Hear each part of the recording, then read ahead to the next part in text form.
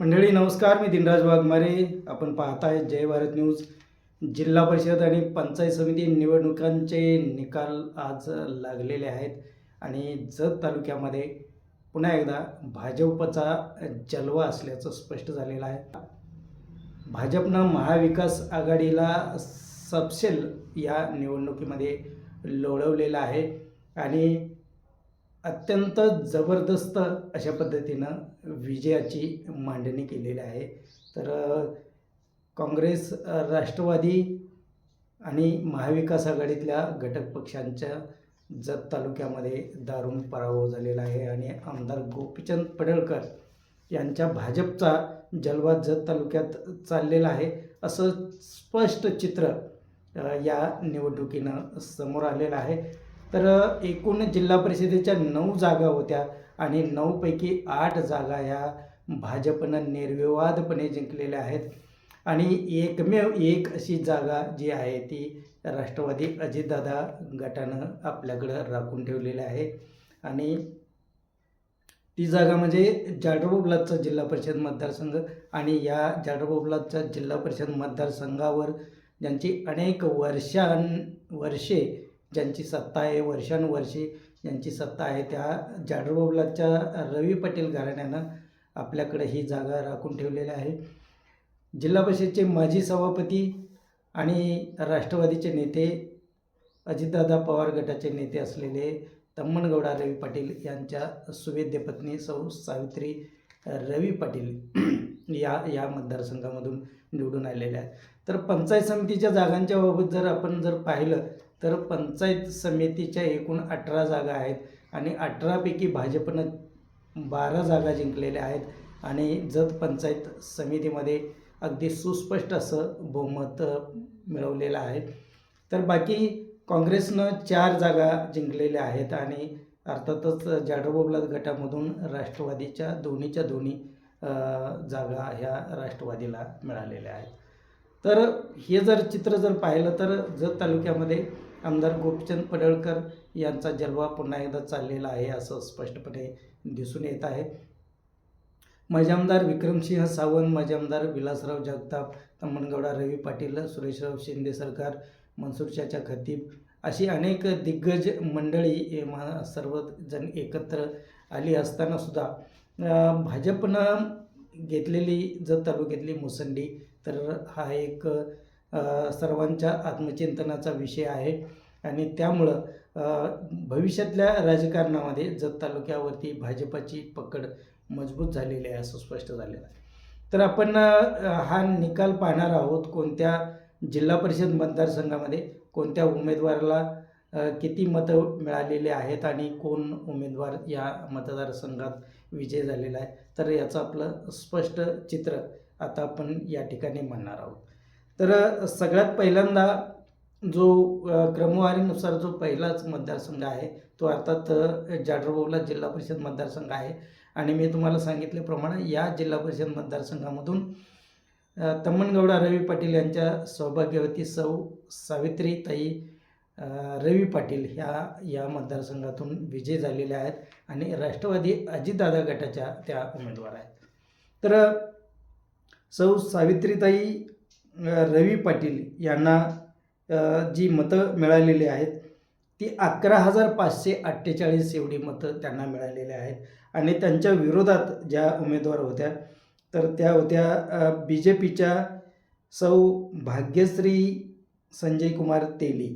तर भाग्यश्री संजय कुमार तेली यांना जी मतं मिळालेली आहेत तर ती 9,993 तर एवढी मतं मिळालेली आहेत आणि त्यामुळं जवळजवळ एक 2,000पेक्षा अधिक मतांच्या फरकानं तर या ठिकाणी रवी पाटील, सौ सावित्रीताई या विजयी झालेल्या आहेत. तर दुसरा जो मतदारसंघ आहे तो आहे उमदी आणि उमदी या जिल्हा परिषद मतदारसंघातून BJPचे उमेदवार विजयी झालेले आहेत. तर यलगोंडा तोरणे हे BJPचे उमेदवार होते आणि यलगोंडा तोरणे हे विजयी झालेले आहेत. तर यलगोंडा तोरणे यांना 9,906 एवढी मतं मिळालेली आहेत आणि त्यांच्या विरोधात जे उमेदवार होते तर काँग्रेसनं या ठिकाणी विठ्ठल मनोहर सातपुते यांना उमेदवारी दिलेली होती आणि विठ्ठल मनोहर सातपुते यांनी 8,145 एवढी मतं घेतली आहे. तर याच ठिकाणी शिवसेनेचे एक उमेदवार होते सुनील सातपुते. तर सुनील सातपुते यांना 317 मतं मिळालेले आहेत. आणि या उमदी जिल्हा परिषद मतदारसंघामध्ये भाजपनं हा गड आपल्याकडं राखलेला आहे. जिल्हा परिषदची जागा भाजपनं जिंकलेली आहे. तर पुढचा मतदारसंघ जो आहे तर तो आहे की संक जिल्हा परिषद मतदारसंघ. आणि संक जिल्हा परिषद मतदारसंघामध्ये गेल्या अनेक वर्षापासून जे दोन पारंपरिक घराणी आहेत आणि जो दोन दिग्गज नेते जे आहेत तर त्या दोन दिग्गज नेत्यांची नेहमी सत्ता राहिलेली आहे. आलटून पालटून या ठिकाणी त्या दोनच घराण्याची सत्ता येते. तर यावेळी BJPची सत्ता संकमध्ये आलेली आहे आणि RK पाटील घराण्याची पुन्हा संकमध्ये सत्ता प्रस्थापित झालेली आहे. तर ज्येष्ठ नेते आणि पंचायत समितीचे माजी सभापती असलेले RK पाटील यांच्या ज्या सुनबाई आहेत आणि ज्या श्री गुरु बसवेश्वर विद्यामंदिर आणि ज्युनियर कॉलेजच्या प्राचार्य आहेत त्या सौभाग्यवती कविताताई किरण पाटील या मतदारसंघातून विजयी झालेले आहेत. आणि विशेष म्हणजे त्यांनी जे बसवराज काका पाटील जे जिल्हा परिषदचे उपसभापती होते आणि या भागातले एक अत्यंत दिग्गज असं नाव राजकारणामधलं आहे बसवराज काका पाटलांचं. तर बसवराज काका पाटील यांच्या ज्या कन्या आहेत तर भारतीताई तर त्यांचा पराभव त्यांनी केलेला आहे. तर कुणाला किती मतं या मतदारसंघामधून पडलेले आहेत तर ते आपण पाहणार आहोत. तर शिवसेनेनं या मतदारसंघामध्ये अत्यंत कडवी झुंज दिली आहे. आणि खरोखर कौतुक करायला पाहिजे की प्रवीण आवरादी जे संक तालुक्याचे जे प्रणेते आहेत आणि संक तालुका व्हावा यासाठी ज्यांनी एक मोठं आंदोलन उभं केलेलं आहे. तर प्रवीण आवरादी यांच्या पत्नी सौ कावेरीताई प्रवीण आवरादी या संक जिल्हा परिषद मतदारसंघातून शिवसेनेच्या तिकिटावरती उभ्या होत्या. आणि एक अत्यंत युवा कार्यकर्ता असलेल्या प्रवीण आवरादी यांनी अतिशय कडवी झुंज दिली आणि 3,786 एवढी अत्यंत चांगल्या पद्धतीनं मतं या सौ कावेरीताई यांनी घेतलेली आहेत. तर कविताताई किरण पाटील ज्या आहेत प्राचार्या तर त्यांना 8,237 मतं मिळालेले आहेत आणि त्या या जिल्हा परिषद मतदारसंघामधून विजयी झालेल्या आहेत. तर भारती बसवराज पाटील या जे आहेत राष्ट्रवादीच्या उमेदवार तर त्यांना 4,949 एवढी मतं मिळालेली आहेत. आणि जनसुराज्य शक्तीच्या सौ प्रियांका रघुनाथ सबकाळे तर यांना 824 मतं मिळालेले आहेत. तर प्रामुख्यानं 4 उमेदवार हे तुल्यबळ या मतदारसंघामध्ये होते आणि त्यामध्ये आपल्या प्राचार्य असलेल्या सौ कविताताई या मतदारसंघामधून विजय झालेले आहेत आणि त्या भाजपच्या उमेदवार आहेत. तर पुढचा जो मतदारसंघ आहे तो दरिबडची मतदारसंघ आहे आणि हा सर्वसाधारण मतदारसंघ होता आणि या मतदारसंघाकडं सर्वांचं लक्ष लागून राहिलेलं होतं. आणि या मतदारसंघात पाठीमागच्या वेळी जे जिल्हा परिषदचे सदस्य होते ते सेवानिवृत्त फौजी मेजर सरदार पाटील हे भाजपचे उमेदवार या मतदारसंघातून विजयी झालेले आहेत. आणि प्रतिस्पर्धी उमेदवार जे आहेत तर ते काँग्रेसचे अमोल कराडे आणि राष्ट्रवादीचे आनंद पाटील असे 2 उमेदवार हे सरदार पाटील यांच्या विरोधात होते. तर या मतदारसंघात कोणाला किती मतं मिळाली ते आपण पाहणार आहोत. तर अमोल कराडे काँग्रेसचे तर यांना 6,557 मतं मिळालेले आहेत आणि आनंद पाटील राष्ट्रवादीचे यांना 4,719 एवढी मतं मिळाली. तर या मतदारसंघातून जे विजयी झालेले आहेत BJPचे उमेदवार सरदार पाटील तर त्यांना 7,666 एवढी मतं मिळालेली आहेत. तर सेनेचे एक उमेदवार या मतदारसंघातून निवडणूक लढवत होते तर मेरासाहेब मुजावर तर यांना 617 एवढी मतं मिळालेली आहेत. तर पुढचा मतदारसंघ जो आहे तर तो आहे मुचंडी जिल्हा परिषद मतदारसंघ. आणि मुचंडी जिल्हा परिषद मतदारसंघामध्ये जे युवा नेते BJPचे आहेत रमेश गंगाअण्णा देवर्षी, तर यांनी पुन्हा एकदा आपला करिश्मा दाखवलेला आहे.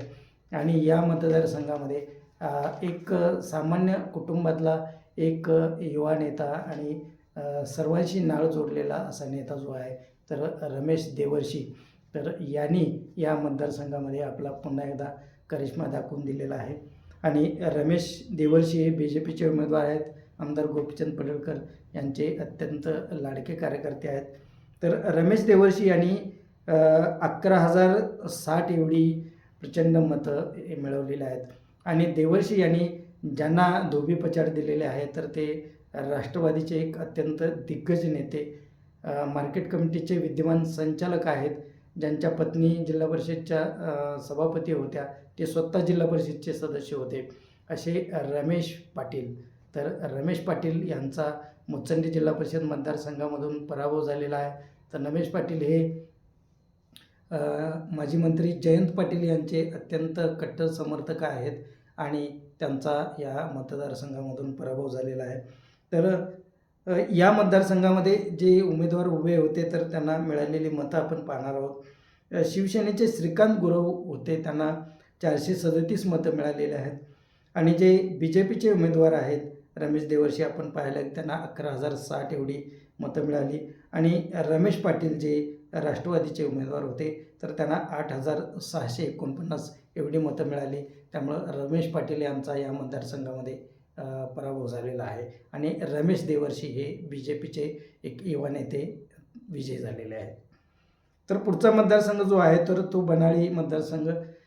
आणि बनाळी मतदारसंघामध्ये पण सर्वांचं लक्ष लागून राहिलेलं होतं. तर या मतदारसंघामधून BJPचे नेते असलेले सुनील भैया पवार तर हे निवडणूक लढवत होते. आणि सुनील भैया पवार हे या मतदारसंघामधून विजय झालेले आहेत. तर सुनील भैया पवार यांना 9,582 एवढी मतं मिळाली. आणि त्यांच्या विरोधात जे उमेदवार होते तर ते काँग्रेसचे रवींद्र सावंत हे होते. काँग्रेसचे दिवंगत नेते तानाजीप्पा सावंत यांचे सुपुत्र व मागच्या वेळी पंचायत समितीचे सदस्य होते. तर रवींद्र सावंत काँग्रेसचे यांचा पराभव झाला आहे. त्यांना 8,229 मतं मिळाली. आणि या मतदारसंघामध्ये आणखीन एक लक्षवेधी उमेदवार होता आणि ते म्हणजे शिवसेनेच्या कुमारी प्राची महादेव हिंगमेरे. हा जनरल मतदारसंघ असताना या मतदारसंघामध्ये एका युवतीनं दिलेली लढत ही निश्चितच लक्षवेधी आहे. आणि कुमारी प्राची या एक युवा उद्योजक आहेत आणि शिवसेना शिंदे गटाच्या वतीनं त्यांनी ही निवडणूक लढवली. आणि त्यांनी आपलं लक्ष या मतदारसंघात सर्वांचंच लक्ष वेधून घेतलेलं आहे, कारण त्यांना 2,296 एवढी मतं मिळालेली आहेत. एका युवतीनं या मतदारसंघामध्ये दिलेली लढत ही निश्चितच वाखाणण्याजोगी आहे, कौतुकास्पद आहे.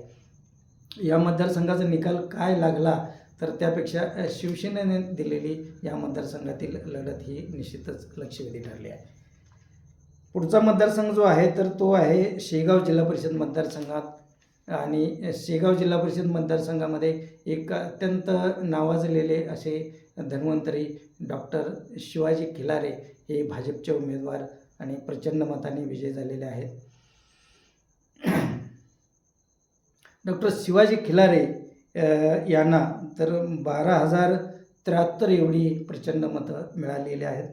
तर त्यांचे जे प्रतिस्पर्धी होते तर ते काँग्रेसचे परशुराम सांगोलकर, तर त्यांना 8,034 एवढी मतं मिळाली.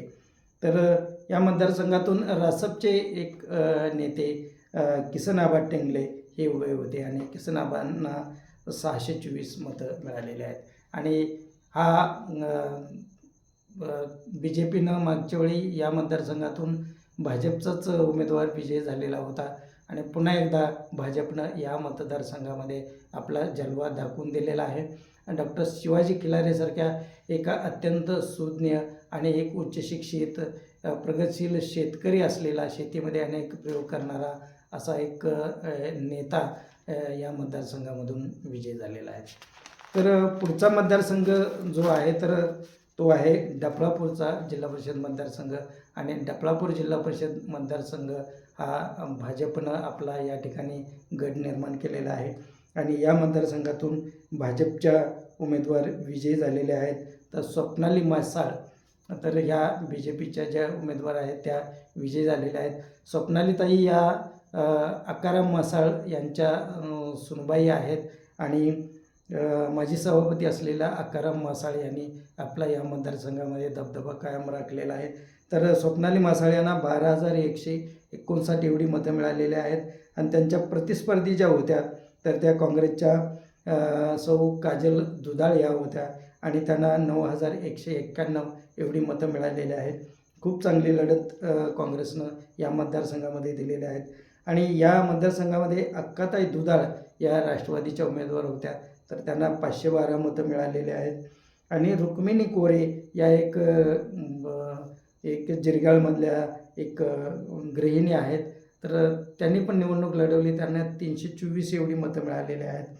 आणि राजश्री पांढरे तर यांनी पण या मतदारसंघातून ॲडव्होकेट राजश्री अमोल पांढरे यांनी निवडणूक लढवली तर त्यांना 309 एवढी मतं मिळालेली आहेत.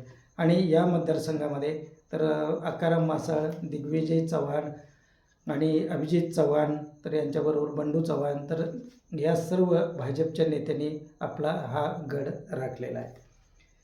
आता शेवटचा जो मतदारसंघ आहे जिल्हा परिषदचा तर तो बिळूर जिल्हा परिषदचा मतदारसंघ आहे. आणि बिळूर जिल्हा परिषद मतदारसंघामध्ये अपेक्षेप्रमाणे भाजपचा उमेदवार विजयी झालेले आहेत. भाजपच्या डॉक्टर शिल्पा जीवनवार तर या मतदारसंघामधून निवडून आलेल्या आहेत. डॉक्टर शिल्पा ताई यांना 9,984 एवढी मतं मिळाली आहेत. आणि त्यांच्या विरोधात ज्या होत्या त्या प्राचार्या सुजाता चौखंडे माळी तर सुजाता मॅडम यांना 8,094 मतं मिळाली आहेत. तर इथं NCPचे एक उमेदवार होते तर ते लक्ष्मीबाई कुंभार तर त्यांनी चांगली मतं घेतलेली आहेत तर त्यांना 1,476 एवढी मतं मिळालेली आहेत. आणि त्यामुळं या मतदारसंघातून भाजपचे डॉक्टर शिल्पा जीवनवार या निवडून आलेल्या आहेत. आणि माजी जिल्हा परिषद सदस्य रामनाथ जीवनवार यांच्या कुटुंबियातला सदस्य पुन्हा एकदा या मतदारसंघामध्ये विजयी झालेला आहे. तर अशा पद्धतीनं जत तालुक्यामध्ये भाजपनं निर्विवाद सत्ता संपादन केलेले आहे आणि भाजपचा जलवा आपल्याला पाहायला मिळत आहे.